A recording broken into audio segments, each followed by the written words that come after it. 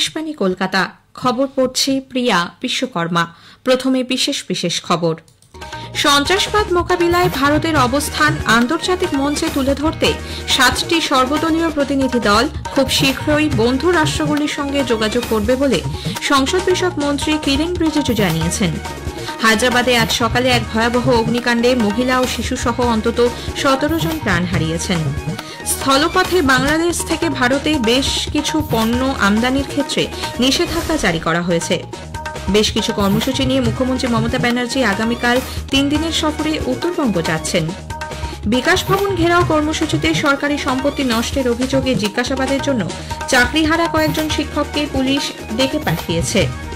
ভারত ও বাংলাদেশ আজ অনূর্ধ্ব-19 SAFF football প্রতিযোগিতার ফাইনালে পরস্পরের মুখোমুখি হবে। আসছে বিস্তারিত খবরে। অপারেশন সিন্দুরের প্রেক্ষাপটে ও সীমান্ত পারের সন্ত্রাসবাদ মোকাবিলায় ভারতের কঠোর অবস্থান আন্তর্জাতিক মঞ্চে আরও জোরদারভাবে তুলে ধরতে কেন্দ্রীয় সরকার 7টি সর্বদলীয় প্রতিনিধি দল বিভিন্ন দেশে পাঠাচ্ছে। প্রতিটি দলে বিভিন্ন রাজনৈতিক দলের সাংসদ, কূটনীতিক এবং অভিজ্ঞ রাজনৈতিক ব্যক্তিত্বরা থাকবেন। সংসদ বিষয়ক মন্ত্রী কিরেন রিজিজু জানিয়েছেন, প্রতিনিধি দল খুব শীঘ্রই ওই দেশগুলির সঙ্গে যোগাযোগ করবে। সোশ্যাল মিডিয়ায় এক পোস্টে 7টি সর্বদলীয় প্রতিনিধি দলের সফরসূচি ও সাংসদদের নাম ঘোষণা করেছেন তিনি। বিজেপি সাংসদ বৈজয়ন্ত পান্ডার নেতৃত্বে প্রথম দলটি সৌদি আরব, বাহরাইন, কুয়েত এবং আলজেরিয়া সফর করবেন। প্রতিনিধি দলের অন্য সদস্যরা হলেন প্রবীণ নেতা গুলাম নবী আজাদ, বিজেপির নিশিকান্ত দুবে এবং AIMIM এর সাংসদ আসাদউদ্দিন ওয়েসি। বিজেপি সাংসদ রবিশঙ্কর প্রসাদের নেতৃত্বে দ্বিতীয় দলটি ব্রিটেন, ফ্রান্স, জার্মানি, ইউরোপীয় ইউনিয়ন, ইতালি এবং ডেনমার্ক সফর করবেন। দলে থাকবেন কংগ্রেস সাংসদ ড অমর সিং, শিবসেনা ইউবিটি গোষ্ঠীর প্রিয়াঙ্কা চতুর্বেদী এবং প্রাক্তন কেন্দ্রীয় মন্ত্রী MJ আকবর। তৃতীয় দলে নেতৃত্ব দেবেন JDU সাংসদ সঞ্জয় কুমার ঝা। এই দলটি ইন্দোনেশিয়া, মালয়েশিয়া, দক্ষিণ কোরিয়া, জাপান এবং সিঙ্গাপুর সফর করবে।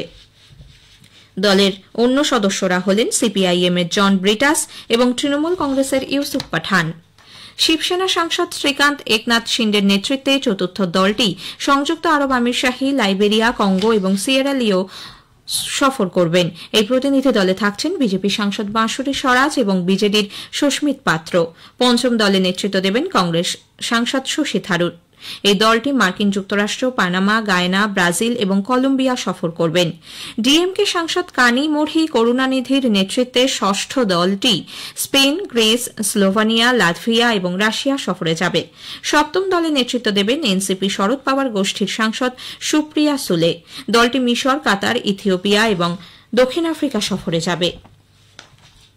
অপারেশন সিন্দুরের সাফল্যে ভারতবাসী হিসেবে তিনি গর্বিত বলে আলিপুর আবহাওয়া দপ্তরের পূর্বাঞ্চলীয় প্রধান ড সোমনাথ দত্ত আকাশবাণীকে জানিয়েছেন।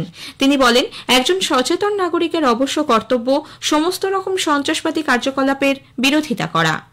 আমরা খুব ভালো করেই জানি যে কোনো সন্ত্রাসবাদী ক্রিয়াকলাপ যে কোনো দেশে এটা একটা ডিস্ট্রাকটিভ কাজকর্ম। সুতরাং অ্যাকর্ডিংলি গভর্নমেন্ট এবং গভর্নমেন্ট অর্গানাইজেশন যেমন সব রকম ডিস্ট্রাকটিভ কাজের এগেনস্টে, সেরকম অ্যাকর্ডিংলি যে কোনো অবশ্যই সন্ত্রাসবাদী কাজের বিরুদ্ধে আছে। সন্ত্রাসবাদী কাজকে তারা নিন্দা করে, শান্তি চায়, আর তারা সবসময় চায় যেন তেন প্রকারে দেশ থেকে যেন সন্ত্রাসবাদ যেন বিদায় নেয়। যেহেতু আমি একজন সাধারণ ভারতবাসী হিসেবে আমার দেশের এই সাফল্যের জন্য অবশ্যই নিজেকে আমি গর্ববোধ করি। কেন্দ্রীয় স্বরাষ্ট্র ও সমবায় মন্ত্রী অমিত শাহ আজ আহমেদাবাদ পৌর সংস্থার 1,500 কোটি টাকার একাধিক জনকল্যাণমূলক প্রকল্পের সূচনা ও শিলান্যাস করবেন। স্বরাষ্ট্রমন্ত্রী দুদিনের গুজরাট সফরে সকালে আহমেদাবাদের সায়েন্স সিটিতে গুজরাট রাজ্য সমবায় ইউনিয়নের ডাকা এক সম্মেলনেও ভাষণ দেবেন। হায়দ্রাবাদে আজ সকালে এক ভয়াবহ অগ্নিকাণ্ডে কমপক্ষে 17 জনের মৃত্যু হয়েছে। এর মধ্যে বহু মহিলা ও 7 বছর বয়সী এক শিশুকন্যা আছে বলে জানা গেছে। হায়দ্রাবাদে বিখ্যাত চারমিনারের কাছে একটি বাড়িতে এই আগুন লাগে। ভোর 6:30টার সময় খবর পেয়ে দমকলের 11টি ইঞ্জিন ঘটনাস্থলে যায়। কেন্দ্রীয় মন্ত্রী জি কিষাণ রেড্ডি জানিয়েছেন, গুলজার হাউস এলাকায় একটি দোকানের ওপরে ছাদে কয়েকটি পরিবার থাকত, তারাই আগুনে ক্ষতিগ্রস্ত হয়েছে। প্রধানমন্ত্রী নরেন্দ্র মোদী এবং তেলেঙ্গানার মুখ্যমন্ত্রী রেবন্ত রেড্ডি এই ঘটনায় গভীর শোক প্রকাশ করেছেন। শ্রী মোদী জানিয়েছেন, প্রধানমন্ত্রীর ত্রাণ তহবিল থেকে নিহতদের পরিবারকে এককালীন 2 লক্ষ টাকা এবং আহতদের এককালীন 50,000 টাকা করে দেওয়া হবে। প্রাথমিকভাবে মনে করা হচ্ছে শীতাতপ নিয়ন্ত্রিত যন্ত্রে বিস্ফোরণ হওয়ায় আগুন লাগে এবং দাহ্য পদার্থ থাকায় তা দ্রুত ছড়িয়ে পড়ে। বৈদেশিক বাণিজ্য মহানির্দেশক জানিয়েছে, বাংলাদেশ থেকে ভারতে কিছু কিছু পণ্য আমদানির ক্ষেত্রে নিষেধাজ্ঞা জারি করা হয়েছে। বাণিজ্য ও শিল্প মন্ত্রকের এক বিজ্ঞপ্তিতে বলা হয়েছে, ভারত হয়ে নেপাল ও ভুটানে যে সমস্ত পণ্য যাচ্ছে তার জন্য অবশ্য কোনো নিয়ন্ত্রণ থাকছে না। স্থলবন্দর দিয়ে বাংলাদেশে তৈরি কোনো পোশাক ঢুকতে পারবে না। তবে এই ধরনের পণ্য নবসেবা এবং কলকাতা বন্দর দিয়ে প্রবেশ করতে পারে। নিষেধাজ্ঞা বলবৎ হচ্ছে ফল, কার্বন ও ফলের রসযুক্ত নরম পানীয়, প্রক্রিয়াকরণ করা খাদ্য, বস্ত্র এবং বস্ত্রজাত দ্রব্য, প্লাস্টিকের ওপর। কাঠের আসবাবপত্র, ডাই, পিগমেন্ট, প্লাস্টিক তৈরির কিছু জিনিসের ওপরও নিষেধাজ্ঞা থাকছে। এই পণ্যগুলি আসাম, মেঘালয়, ত্রিপুরা, মিজোরাম, চ্যাংরাবাঁধা, ফুলবাড়ি দিয়ে ভারতে প্রবেশ করতে পারবে না। সেই সঙ্গে মন্ত্রক জানিয়েছে, মাছ, এলপিজি গ্যাস, ভোজ্য তেল এবং চূর্ণ করা পাথরের আমদানির ওপর কোনো নিয়ন্ত্রণ থাকছে না। স্পটলাইট অনুষ্ঠানে এবারের বিষয় অপারেশন সিন্দুরের সাফল্য। আলোচনায় অংশ নিয়েছেন সেনাবাহিনীর প্রাক্তন কর্নেল সব্যসাচী বাগচি এবং বিমান বাহিনীর প্রাক্তন আধিকারিক শ্যামল ভট্টাচার্য। সাক্ষাৎকার নিয়েছেন সন্দীপন দাশগুপ্ত। অনুষ্ঠানটির প্রথম পর্ব শুনতে পাবেন সঞ্চয়িতা প্রচার তরঙ্গে আজ রাত 8:30 একই সঙ্গে আকাশবাণী সংবাদের সব সোশ্যাল মিডিয়া পেজে অনুষ্ঠানটি একযোগে প্রচারিত হবে। খবর শুনছেন আকাশবাণী কলকাতা কেন্দ্র থেকে। আমাদের সংবাদ শোনা যাচ্ছে ইউটিউব চ্যানেল আকাশবাণী সংবাদ বাংলা, ফেসবুক ও ইনস্টাগ্রাম আকাশবাণী সংবাদ কলকাতা এবং এক্স হ্যান্ডেল AIR নিউজ কলকাতাতে। বেশ কিছু কর্মসূচি নিয়ে মুখ্যমন্ত্রী মমতা ব্যানার্জি 3 দিনের সফরে আগামীকাল উত্তরবঙ্গ যাচ্ছেন। কলকাতা থেকে রওনা হয়ে বাগডোগরা পৌঁছে শিলিগুড়িতে সিনার্জি কনক্লেভে যোগ দেবেন তিনি। উত্তরবঙ্গের 7 জেলার বিভিন্ন শিল্পপতি ও বণিক সংগঠনের প্রতিনিধিরা সেখানে উপস্থিত থাকবেন। মঙ্গলবার জলপাইগুড়ির ওদলাবাড়িতে এক সরকারি অনুষ্ঠানের মঞ্চ থেকে তিনি রাজ্য সরকারের বিভিন্ন সামাজিক সুরক্ষা প্রকল্পের সুবিধা প্রাপকদের হাতে তুলে দেওয়া ছাড়াও বিভিন্ন জেলায় একাধিক উন্নয়নমূলক প্রকল্পের উদ্বোধন ও শিলান্যাস করবেন। বুধবার উত্তরকন্যায় সব জেলা প্রশাসনের শীর্ষ আধিকারিকদের নিয়ে মুখ্যমন্ত্রী প্রশাসনিক পর্যালোচনা বৈঠকে অংশ নেবেন। বৃহস্পতিবার তাঁর কলকাতায় ফেরার কথা। বিকাশ ভবন ঘেরাও কর্মসূচিতে সরকারি সম্পত্তি নষ্টের অভিযোগে জিজ্ঞাসাবাদের জন্য চাকরিহারা কয়েকজন শিক্ষককে পুলিশ ডেকে পাঠিয়েছে। গত বৃহস্পতিবারের ওই ঘটনায় সরকারি সম্পত্তি ভাঙচুর ও সরকারি কর্মচারীদের কাজে বাধা দানের অভিযোগে বিধাননগর উত্তর থানায় একাধিক ধারায় মামলা রুজু হয়। আন্দোলনকারী শিক্ষকদের অভিযোগ, ওইসব মামলার তদন্তে বিধাননগর উত্তর থানার পুলিশ জিজ্ঞাসাবাদের জন্য কয়েকজনকে ডেকে পাঠিয়েছে। অন্যদিকে আজ চাকরিহারাদের এই আন্দোলনে সহমর্মিতা জানাতে সামিল হবেন দৃষ্টিহীন শিক্ষক শিক্ষিকারা।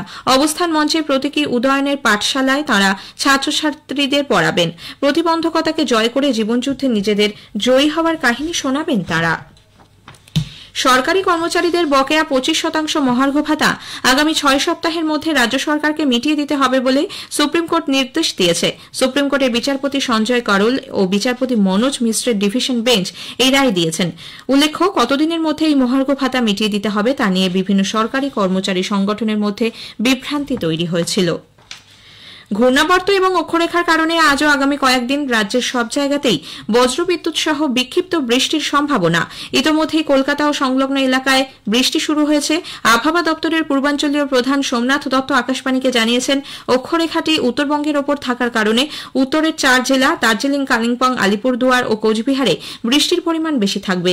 কলকাতা সহ দক্ষিণবঙ্গের জেলাগুলিতেও আগামী 3-4 দিন দমকা হাওয়া সহ বজ্রবিদ্যুৎ ও বৃষ্টির সম্ভাবনা। বৃষ্টির প্রকোপ বেশি থাকবে পূর্ব বর্ধমানে। মার্কিন প্রেসিডেন্ট ডোনাল্ড ট্রাম্প দুদেশের মধ্যে যুদ্ধবিরতির স্বার্থে আগামীকাল আলাদা করে রুশ প্রেসিডেন্ট ভ্লাদিমির পুতিন ও ইউক্রেনের রাষ্ট্রপতি ভলোদিমির জেলেন্সকির সঙ্গে কথা বলবেন। সামাজিক মাধ্যমে এক পোস্টে ট্রাম্প লিখেছেন, দুদেশের মধ্যে যুদ্ধে প্রতি সপ্তাহে 5000 রাশিয়ান ইউক্রেনিয়ান মারা যাচ্ছেন। এই রক্তস্নান বন্ধ হওয়া উচিত।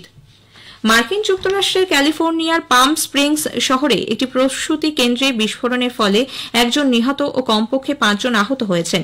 বিস্ফোরণের অভিঘাতে আশপাশের বাড়ি ও দোকান ক্ষতিগ্রস্ত হয়েছে। ভারত ও বাংলাদেশ আজ অনূর্ধ্ব-19 সাফ ফুটবল প্রতিযোগিতার ফাইনালে পরস্পরের মুখোমুখি হবে। অরুণাচল প্রদেশের ইউপিআর গোল্ডেন জুবিলি স্টেডিয়ামে খেলা শুরু হবে সন্ধ্যে 7টায়। শেষ করার আগে খবরের বিশেষ কিছু অংশ আরও একবার।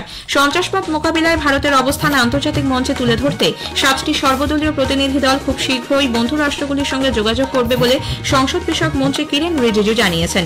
হায়দ্রাবাদে আজ এক ভয়াবহ অগ্নিকাণ্ডে মহিলা ও শিশুসহ 17 জনের মৃত্যু। খবর শেষ হলো।